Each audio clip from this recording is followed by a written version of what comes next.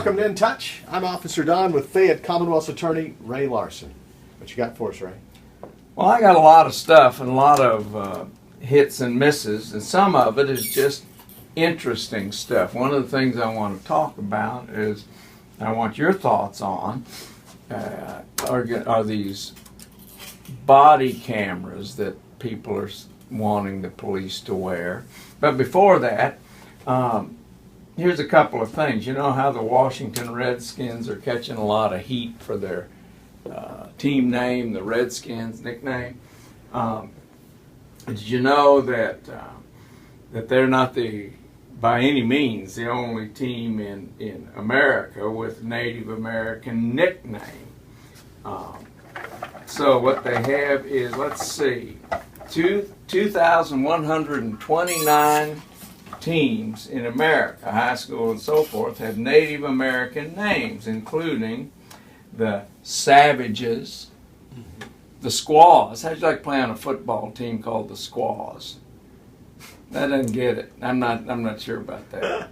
And there's 75 teams in America named the Redskins. So they're probably having the same kind of issues all over the place. When you go to a restaurant, Officer Don, do you ever see people paying attention to only their cell phones or their smartphones? Oh, I get accused of doing that all the time. Yeah. My wife's on me all the time. Put that down. Don't put that down. Yeah. Well, let me tell you something. 65% of smartphone users check their device the first thing when they wake up in the morning. Yes. The first thing. I do that. On average, 18 to 24-year-olds check their smartphones 53 times a day. I'll probably do that. Yeah. Now, here's something that's interesting that for the media stuff, that the median age of audience for TV shows on the major broadcast networks, I guess that's CBS, NBC, ABC. Is there another one? A Fox. Now, okay. Is the median age is 53, almost 54 years old. Does that surprise you? No, it does not. You know, I mean, you know about all this. I feel like stuff. so many people are, especially people in that 12 to 34-year-old range, get most of their stuff off their smartphones now. Mm-hmm. Whether it be their news, or news is coming from social media, which is a little scary in some cases, but because it's hard to discern what's, of course, it's also hard to discern in the mainstream media too. But anyway, so I think that most people are using their smartphones to get all the information. I find myself doing that too. I'm not a big Facebook user at all, but the news apps and things like that. I've got all the news apps, and that's where I'll get the majority of my information. And then if there's something I want to dig deeper, I may wind up flipping on the TV to see, to see what's actually being reported. But it sort of keeps you in the loop with your phone. Yeah. Well, it's very hard for me to come in here and bring up a subject that you're not have some knowledge, or at least act like you have some knowledge. Probably it's an act.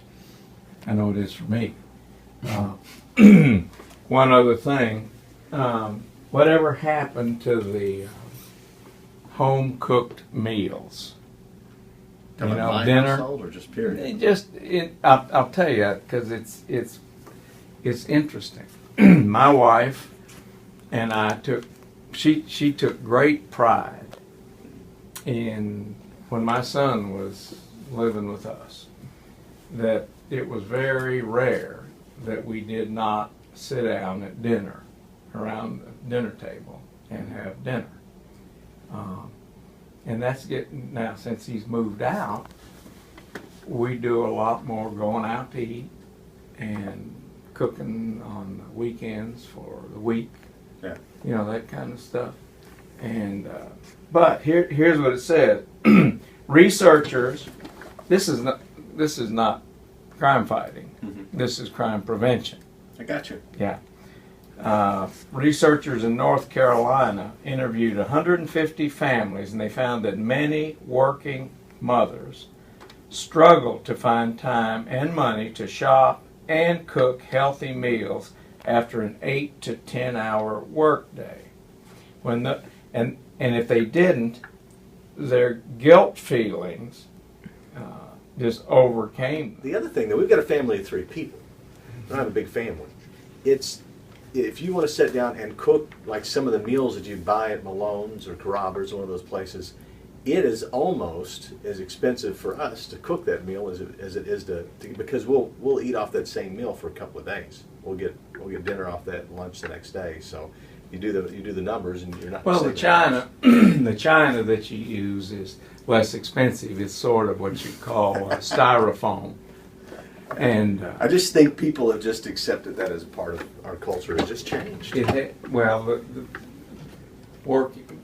moms are working, Sure they are. and that's because they have to. And your connection to crime prevention is that when families eat together, they're connected more with their kids. Mhm. I get that. Now, of course, we've been fortunate so far. Abby's not turning into too big of a thug, but there again, it's hard. It's like I had someone. Does tell me she one time, have I your don't mouth? count. Does No, she- here's what I tell. I don't count as a parent because I just have one. That's what you're in the same boat. We don't count. It's so much easier when you just have one, and I do believe there's some truth to that too. Because it's easier to connect when you got one to keep an eye on or whatever. So I don't know. Maybe you and I should Until they become teenagers, then you'll never know. Yeah. And they've just somebody told me, well, my child lied to me. I said, how old's your child? 15. I said, well, that's a sport. Yeah. Lying to your parents about where you're going to be and that sort of thing. That's another thing too. It's like, I remember my excuse for getting Abby a cell phone when she was maybe 13 was because I said I was never going to do that. Well, that way you can get in touch with her anytime you want. Yeah, right. But You gotta now, answer the she phone. won't answer the phone, Yeah. or I'll text it. And it'll be an hour before you get a text back. Now that does tick me off. So I'm paying for this thing, and you won't even text me back.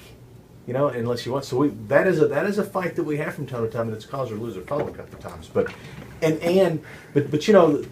the other thing about the technology is if parents take the time, and this is the truth, if parents will take the time and effort to do it, the technology comes to bite the kids on the ass too, because Oh, you're talking trash. you can snoop on them a lot easier, or better yet, you can make it very clear that you're not to delete texts. I'm going to see your conversations, and they will text the stupidest things. I mean, you'll bust them every time if you'll just look at their phone, check their social media websites, stay on stuff. You can actually monitor them, and it's a lot of work. But the rule that we have in our house is, and I've told her this: if you ever delete a text, that's it. You're done. You have to come to me before you delete any text, and we'll purge the phone every once in a while. And there's really nothing shady, other than it's a Ronald Reagan theory. It's a trust and verify. You have to do that with kids. You owe it to them. It's not that I don't trust my daughter. She's a good kid, but when she's 30 years old, she's going to look back and go, I'm glad that you were smart enough to know I'm just a kid and I'm going to do stupid things and watch over me. Thanks. But people don't get that, I think. They either don't want to snoop because they feel like it's wrong because we're told that's wrong now, or it's a lot of work and they don't want to know. It could go either way. I want to know. Well, when my wife and I were raising my son, and if he wasn't home when he was supposed to be home, this was in the days of landlines. Yeah.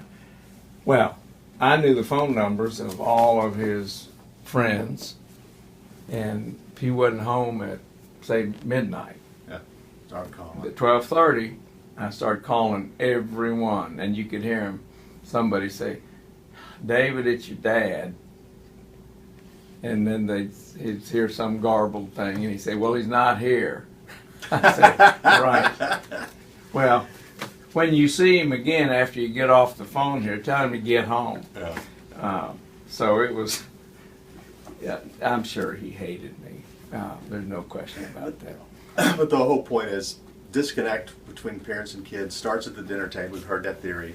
I believe that to some extent. But it starts at home now. Well, it's like bad grades. The parents want to blame the teachers when their kids aren't performing in school.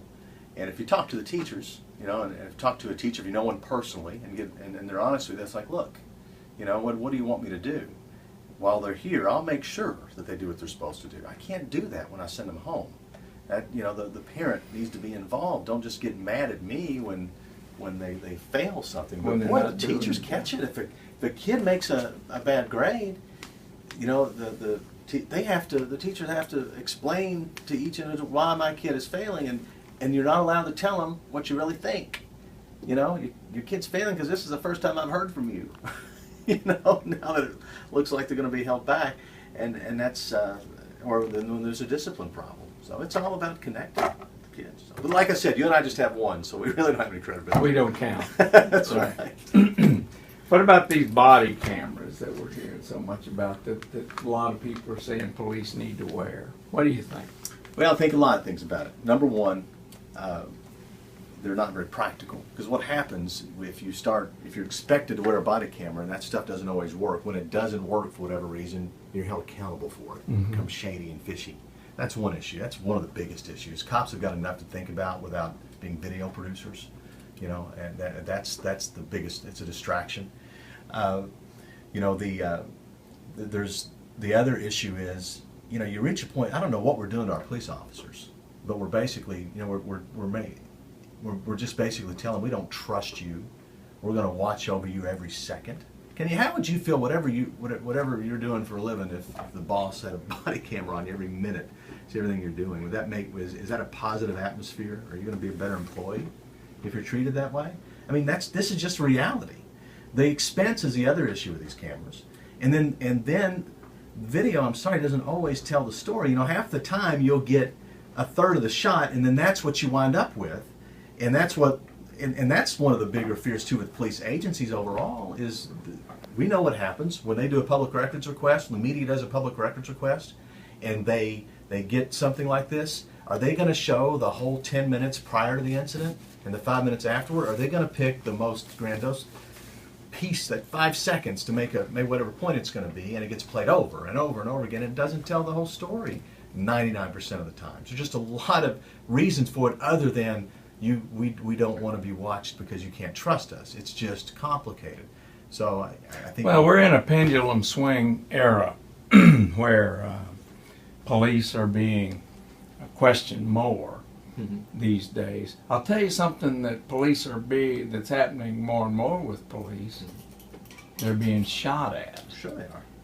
These days, and there is a website that I follow. It's called Police One, and it's it reports the number of police that are being shot, wounded, shot, killed, shot at, and police's job is getting tougher and tougher. Sure it is, and then tougher. from a police officer standpoint, when you feel like that you're not being backed by the public, when you don't have their backing, it's very difficult to do your job, and it's unsafe because officers, when they need to pull the trigger, we're finding are not, and they're getting hurt. Listen, of course you want to investigate every police shooting, but I've always said that any citizen with no criminal record that's been proven to be outstanding in every other aspect of their life deserves at least the benefit of the doubt in a situation, and then investigate and verify the facts.